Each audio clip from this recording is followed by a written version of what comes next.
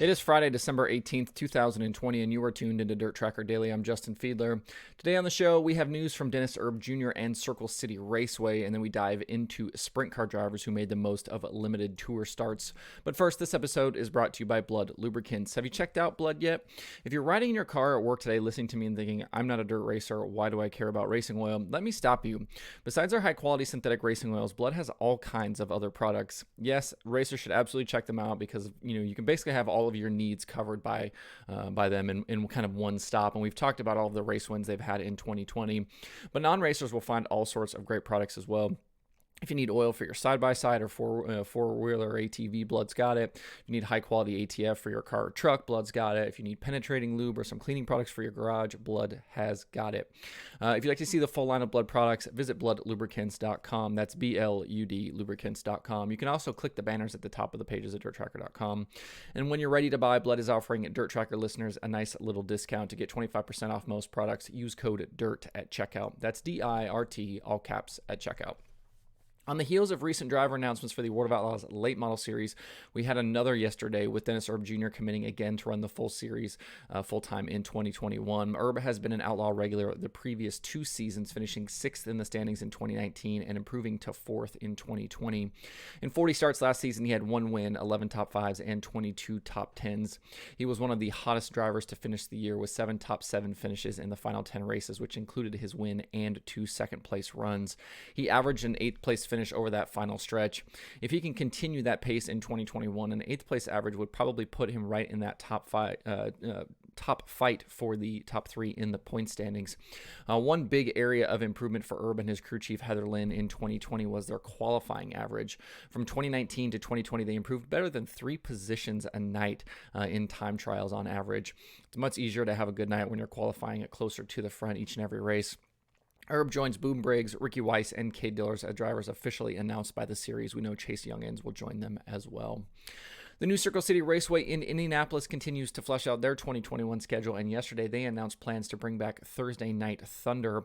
The quarter-mile dirt track, which is located at the Marion County Fairgrounds southeast of downtown Indianapolis, will host 6 Thursday night programs in 2021, each featuring 410 wing sprint cars and a rotation of other divisions. The first of those will be a May 20th race for the All-Star Circuit of Champions. Other Thursday Night Thunder dates include July 1st, July 22nd, August 5th, August 19th, and September 16th. All 410 sprint car races at the track will be included in the track's weekly point standings. These Thursday night shows will be in addition to an already diverse open wheel schedule for the new racetrack that will include the aforementioned All-Stars, USAC National Sprint Cars and Midgets, and the ASCS National Tour. To keep up with everything happening with the track, follow them on Twitter at Circle City Dirt and find Circle City Raceway on Facebook. We did this a few weeks ago with late model drivers, and I wanted to circle back and do the same thing with sprint car drivers by taking a look at who made the most of limited starts this season with the World of Outlaws and All-Stars. Racing with a touring series is obviously very difficult, and it can be even more difficult for those guys who don't get to do it all the time. I think it's interesting to kind of dig into these numbers and see not only who made the most of limited starts, but it kind of gives us an idea, of who we should be paying, kind of attention to in the future as potential race winners and maybe new challengers for some of the big series. Now, I'm going to mention Kyle Larson here. He didn't run a series full-time, in 2020, and obviously his 2020 season was completely ridiculous. He's off to NASCAR next season, so we don't expect this torrid pace to continue.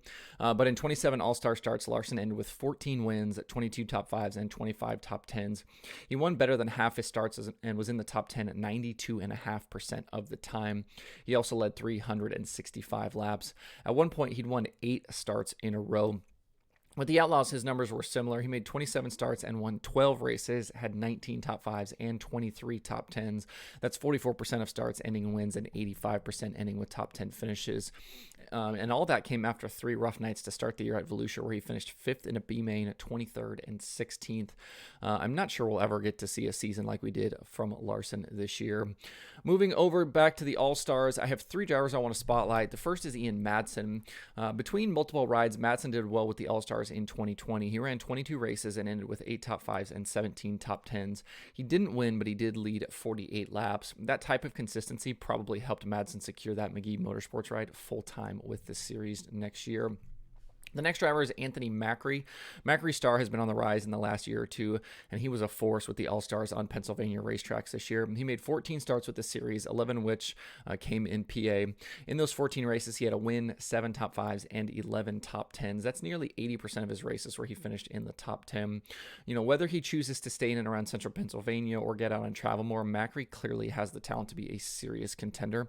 He's definitely a young driver to watch in the coming years. The last driver I wanted to spotlight with the All-Stars is Cap Henry. In 12 series starts in 2020, Henry had 3 wins, 5 top 5s, and 5 top 10s. For a driver that only runs around Ohio and only made 12 starts, it's incredible that he won 3 races. 2 of those came against really stout competition during Ohio Sprint Speed Week, and the final win was at Fremont in the All-Stars last race weekend of the year. The Fremont race had 45 cars, and Henry topped a field that included Corey Eliason, Aaron Reitzel, Christopher Bell, Shane Stewart, and many others. You don't often see a guy come in and be able to cherry pick wins like that from a tour. And if you look at it, only Kyle Larson and Aaron Reitzel had more All-Star wins this season than Henry did. That's pretty crazy to think about. As for the Outlaws, the one driver that stood out in limited starts was James McFadden. He ended the season with a win, 9 top 5s, and 12 top 10s in 22 starts driving for Casey Kane Racing. If you stretched out his 9th place average finish over the full season, he would be right around 6th or 7th in the point standing, so he'd be right in the mix there. He ended the season as the 5th hottest driver on the tour, and that was during a pandemic-affected season where he wasn't even sure he'd be able to get from Australia to the U.S. to even race. McFadden is definitely a guy I would like to see out full-time with the Outlaws at some point. He's clearly got the talent to compete on a nightly basis, and he's a nice guy to boot. So if you'd like to see more stats and numbers, check out DIRTRACKR.com/analytics. Streaming schedule is pretty quiet through the weekend. USAC 24/7 is going on every day over at Flow Racing, and the only other show is Outlaw Kart Action from Red Bluff out in California. That's streaming Saturday over at Fast 4 Media. Things will kind of stay quiet through Christmas with just a few shows happening, and then action starts to pick back up after that with some racing down under, and then the Tulsa Shootout gets underway on December 30th. If you'd like to see that full daily streaming schedule, you can find that at DIRTRACKR.com/watch tonight. That's it for the show today. Hope everybody has a good Friday and a good weekend. You can find Dirt Tracker Daily on Apple Podcasts, Spotify, Stitcher, or where you get podcasts. Please subscribe and leave a review. You can also watch the show every day on YouTube and Facebook. You can email the show at info@dirttracker.com, and you can follow along at facebook.com/dirttracker or twitter.com/dirttracker, and the website itself, dirttracker.com. You can follow me personally on Twitter at Justin_Fiedler. Thanks everybody for tuning in. We'll see you Monday for more Dirt Tracker Daily.